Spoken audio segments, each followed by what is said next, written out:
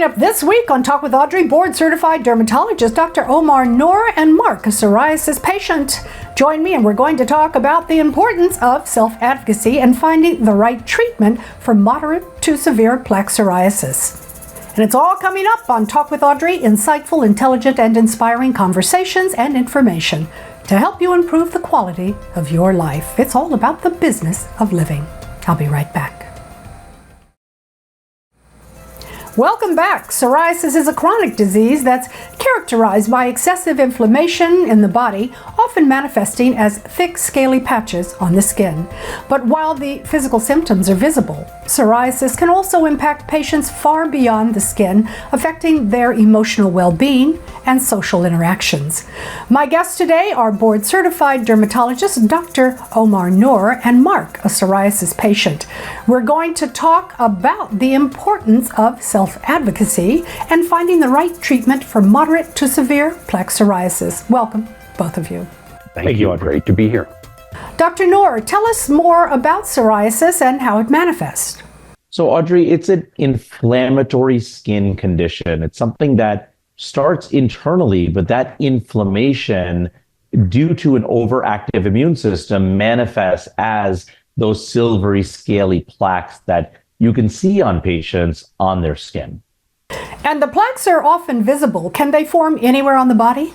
Yeah, there are some more common areas like the elbows and the knees, maybe even the scalp, but any patient can come in with those plaques anywhere on their body, including their face. And as these patients come in, the plaques can be itchy, uncomfortable, but what a lot of patients complain about, and I'm sure Mark can speak more to this, is the way that other people view them. You know, when my patients come in, a lot of times, yes, the psoriasis is bothering them symptomatically, but a lot of times it's just the way that they feel other people view the way that they look. Mark, tell us about your journey. You know, I had juvenile psoriasis. I don't know exactly how common that is, but it hit me when I was about 7 years old. And by the time I was in about the 4th grade, it had gotten really, really severe, to the point that it was so dry and so widespread that it would crack and bleed.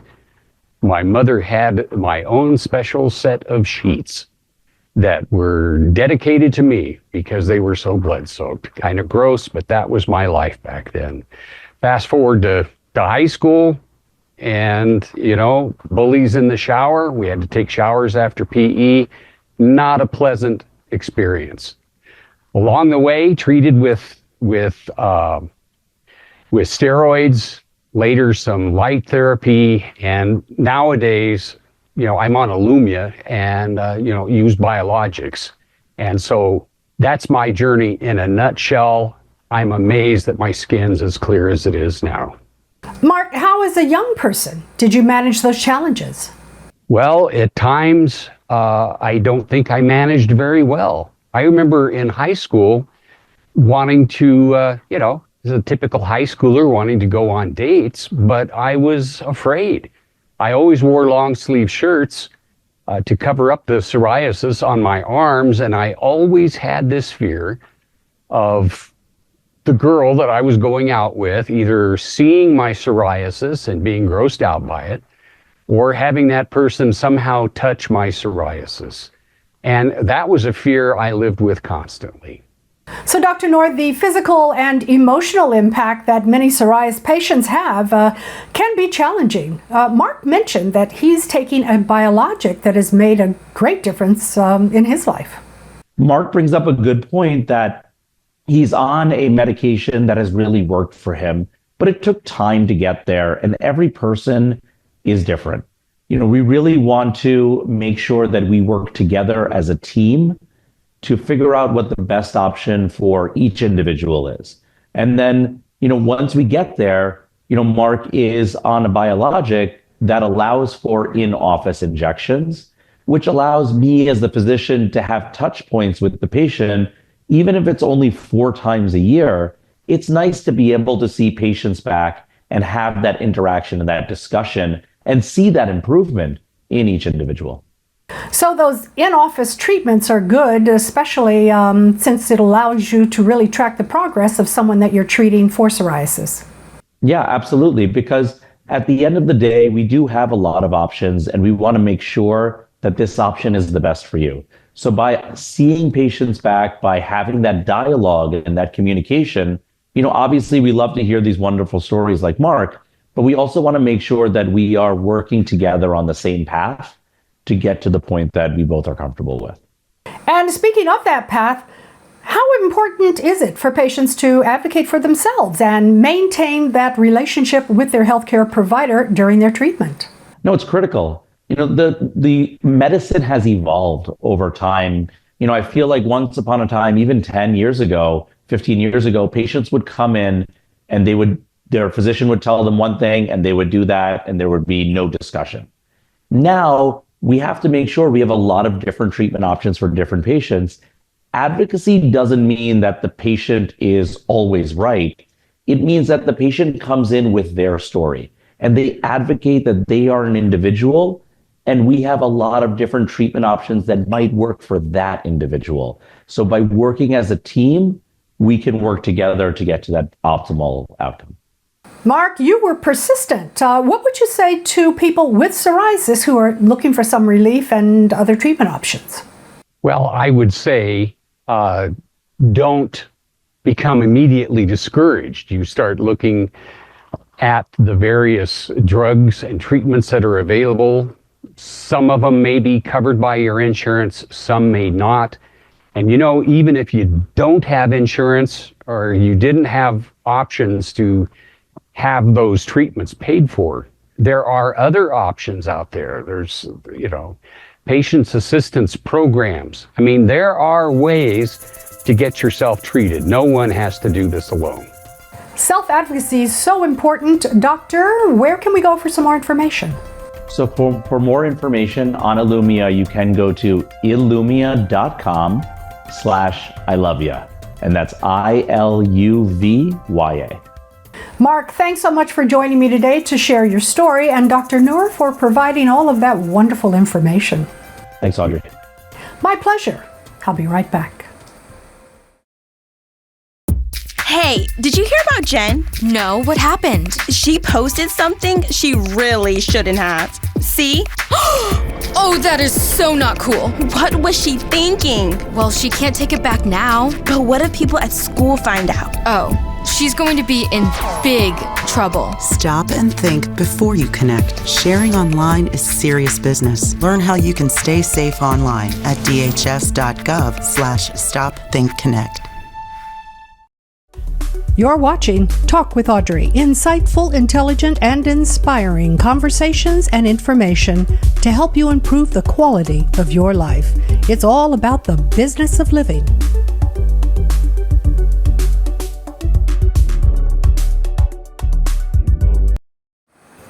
A new national survey conducted by ApneaMed, a clinical stage pharmaceutical company focused on discovery, development, and commercialization of novel oral therapies for the treatment of obstructive sleep apnea and other sleep disorders, has revealed that obstructive sleep apnea has major personal, social, and mental health effects.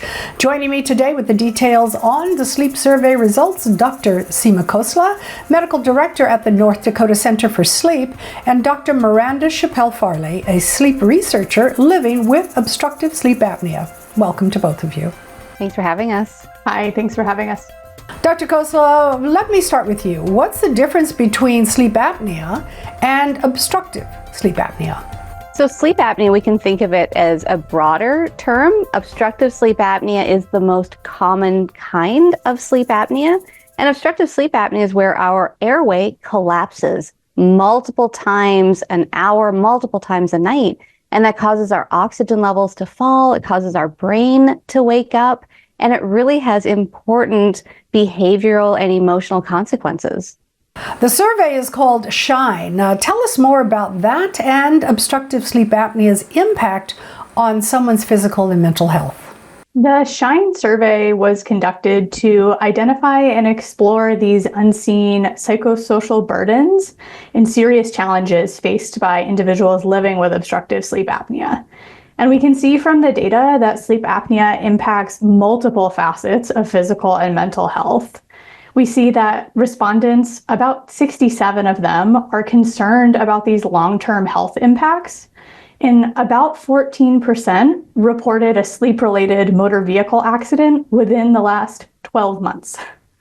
We also see these serious mental health impacts too, with about 67% reporting feeling depressed and over half experiencing anxiety. So we see that obstructive sleep apnea, aside from having these long-term health impacts, does impact our mental health as well. Dr. Chappel-Farley, you are living with obstructive sleep apnea. How has it impacted your life? Yeah, I was diagnosed with obstructive sleep apnea at the age of 21, but I've actually experienced symptoms since I was a kid. I can remember at sleepovers, friends complaining about my snoring, and one friend even telling me that it sounded like I stopped breathing during the night. But this wasn't anything I had ever heard of, so I didn't bother telling my parents or my doctor. In college and high school, I really started to experience some of these cognitive impacts of sleep apnea, where I had a hard time focusing. I was extremely fatigued, stopping to get a triple red-eye coffee on my way to class each morning. And I was just all around struggling with my classes. And it wasn't until I actually fell asleep at the wheel of my car that I thought something might be wrong. As I mentioned, I got diagnosed at age 21 because serendipitously, my interest in neuroscience and memory led me to become a research assistant in a sleep lab. And that's actually where I first learned about sleep apnea and recognized the symptoms in myself. Dr. Khosla, how are most people diagnosed? Do they go through the same sort of symptoms as Miranda did and then talk with their doctor? Or are they encouraged by their family and friends to seek help? You know, we kind of laugh about it because so many times the diagnosis has already been made by the bed partner. And they come in, and often patients will say, well, I'm here because my wife says I snore, or my husband moved out of the bedroom because of my snoring. And it's a little bit lighthearted, but they really have been encouraged by their family. Like the SHINE survey demonstrates, it isn't just the person living with obstructive sleep apnea that's impacted. It's the people in their orbit. It's the bed partner. It's the workmate. There's a lot of other people that experience the effects of obstructive sleep apnea. And what's the process after you've been diagnosed? How are you diagnosed? Is there a sleep study that's part of the process? No, you're exactly right. And so most people go into either their primary care physician, they go into their sleep doctor, and a sleep test is ordered. We can actually do them in the home now. And so some people will either do a home sleep apnea test, or they'll come into the lab to do what we call a polysomnography, which is the sleep study with all the wires and all of the data points that we collect. Once that data has been reviewed by a technologist and a physician, a report is generated, an interpretation is generated, and then there's a call back to the patient. So in our clinic, we have a lot of conversations about what kind of treatment do you think you would like to be on, right? It's important to recognize that sleep apnea doesn't just look like one thing, like Miranda has demonstrated. There's no one face of what sleep apnea looks like, and there's no one treatment option that is meant for everybody. And so it's really important to be able to personalize it and really understand our patients' lived experiences so that together we can find a treatment option that is effective and that they're willing to embrace. What are some of the treatment options currently available, and what is ApneaMed working on? Sure. So the traditional gold standard treatment is called CPAP, which stands for continuous positive airway pressure. And if we think about what happens with obstructive sleep apnea, that airway is collapsing multiple times. And so the CPAP is just air, and it just splints the airway open from the inside. We can also utilize a dental device, which pulls the jaw forward at night so that that airspace is bigger. There has been now a lot of inventive people, a lot of creative, very intelligent people coming up with new treatment options. There is an implantable device that stimulates your tongue to treat your sleep apnea. And there are medications now that are being evaluated to treat obstructive sleep apnea by opening up that airway. And that's one of the projects that ApneaMed is working on. Dr. Chappel-Farley, what impact has treatment had on the quality of your life? Since being diagnosed and getting treated, I would say that it's brought my vitality and motivation back. I struggled in college prior to getting diagnosed and treated, and after I felt like my classes were so much easier, and moreover, I actually enjoyed them. So I would encourage anyone who is potentially experiencing some of these symptoms to talk to their primary care provider, talk to their support systems, and help raise awareness for this disorder as well. Dr. Khosla, if someone has obstructive sleep apnea, are they at risk for dying in their sleep? Yeah, you're right. And that's one of the things that people are worried about, that they may pass away from obstructive sleep apnea. We know that sleep apnea is associated with a higher risk of stroke, of high blood pressure, heart disease. It's associated with diabetes. And just to show you how prevalent this is, there are more people living with obstructive sleep apnea than asthma and diabetes combined. Absolutely, and it's an important issue that's probably affecting a lot of people. Where can we go for some more information? If anyone wants to learn more about the survey results or read about the lived experiences of individuals with obstructive sleep apnea, you can visit osasurvey.com. All right, everyone. If somebody close to you tells you that you're snoring and they can't stand it, you might need some help. So be sure to check with your doctor or your healthcare provider, and also check out that website so that you're more informed during your visit, so that you can advocate for yourself. Thank you both for joining me. Thank you. Thank you so much. I'll be right back.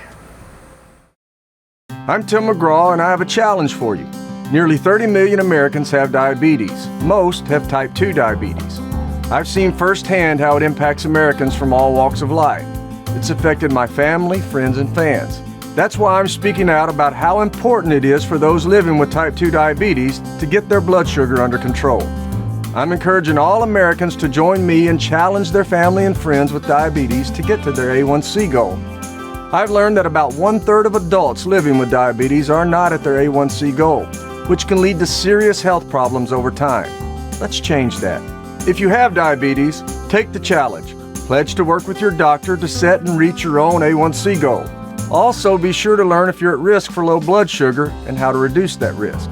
I'm a strong believer in making healthy choices, and I want to help my family, friends, and others with diabetes do the same. Join me now at americasdiabeteschallenge.com. Together, we can make a difference. You're watching Talk with Audrey. Welcome back. The cost of doing business, owning a home, or driving a car is increasing, and inflation isn't the only culprit.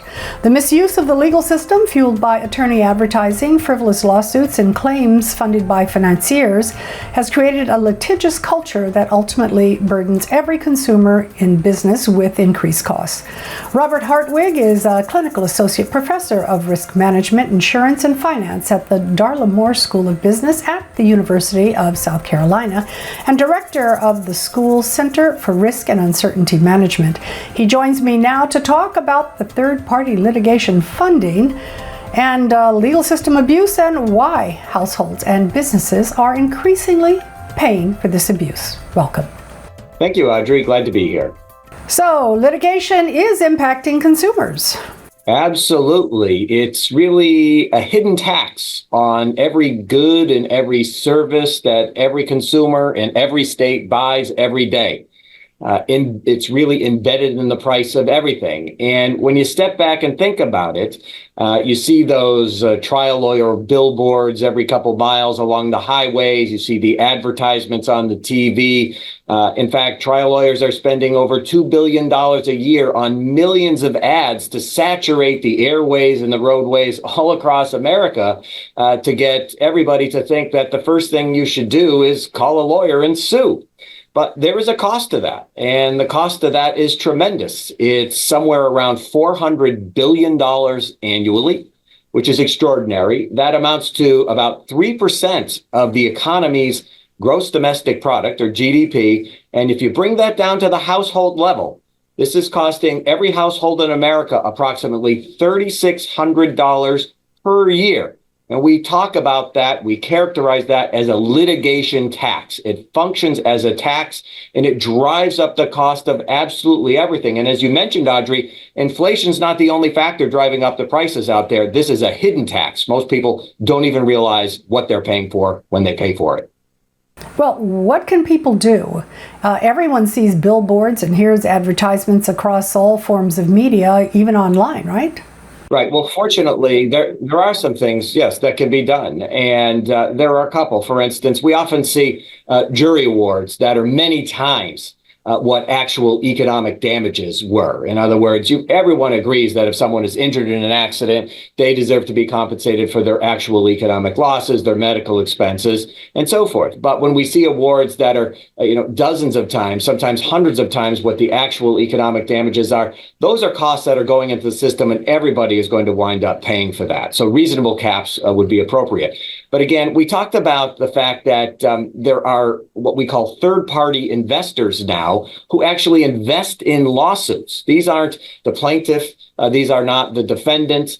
These are individuals who are simply attempting to profit off of lawsuits in the United States. The average American is completely unaware of this, but investors have poured $15+ billion into investing in lawsuits over the past year. And that's an extraordinary number. It's growing rapidly, and it really needs to be fundamentally disclosed. When juries find out and when judges find out that there's a disinterested third party, only disinterested because they have nothing to do with the plaintiff or the defendant, they're only there to profit from the court case, that tends to, courts and juries and judges tend to react negatively to that when they see someone trying to profit from the woes of another. And so insurers and industries all across the country are advocating for mandatory disclosure in instances when there are these third-party investors involved. And we believe that would be one step that could be taken to rein in some of these what we call nuclear verdicts, enormous verdicts that we're seeing more frequently out there. Are people serving on juries informed or aware of this? Or is this something that's completely, totally unknown within the system? So in the United States today, generally speaking, juries are unaware of it. And that's why insurers and many other industries are working to require mandatory disclosures if there are third-party investors out there who are seeking to profit from a lawsuit. And again, judges and juries don't really react favorably to that. And they can easily see how that could result in, for instance, crazy theories of liability or seeking to obtain judgments and awards that are far beyond what would ordinarily be awarded. Why? Because these investors are only interested in maximizing the magnitude of these awards because they receive a share of it. They directly receive a share of it. And that comes right out of the pocket of the individuals who actually sustained damages, injuries of some sort or damage to their property. That's amazing. How do you think we became such a litigious society? That's a long story, Audrey, but I will tell you this, that tort costs, in other words, litigation costs in the United States are, again, about 3% of GDP, which is roughly double even what they are in some of our closest allies in Europe. No other major industrialized nation in the world is anywhere near as close to the United States as we are. In many other countries, for instance, they have loser pays, meaning that if you file a frivolous lawsuit against somebody or a corporation and you lose, you have to pay all of their legal expenses. In this country, that's not the case. So we have a system that very much encourages litigation, and we have very, very aggressive advertising, as I mentioned, 24/7, 365, so that people have come to believe that these plaintiffs' attorneys are there simply to benefit you, when in reality, they're going to take 30 to 40% of any cut, and outside investors might take some of that as well. Where can we go, Robert, for more information? Right. We recommend that you go to apci.org for more information about legal system abuse and what can be done about it. Robert Hartwig, Clinical Associate Professor of Risk Management, Insurance, and Finance at the Darla Moore School of Business at the University of South Carolina, has been my guest. I'll tell you what, this has been a real eye-opener. Check out that website. And Robert, thanks so much for joining me. Thank you. And that's it for this week's show. I'm Audrey Adams. Join me here next week for more insightful, intelligent, and inspiring conversations and information to help you improve the quality of your life. It's all about the business of living. I'll see you next week.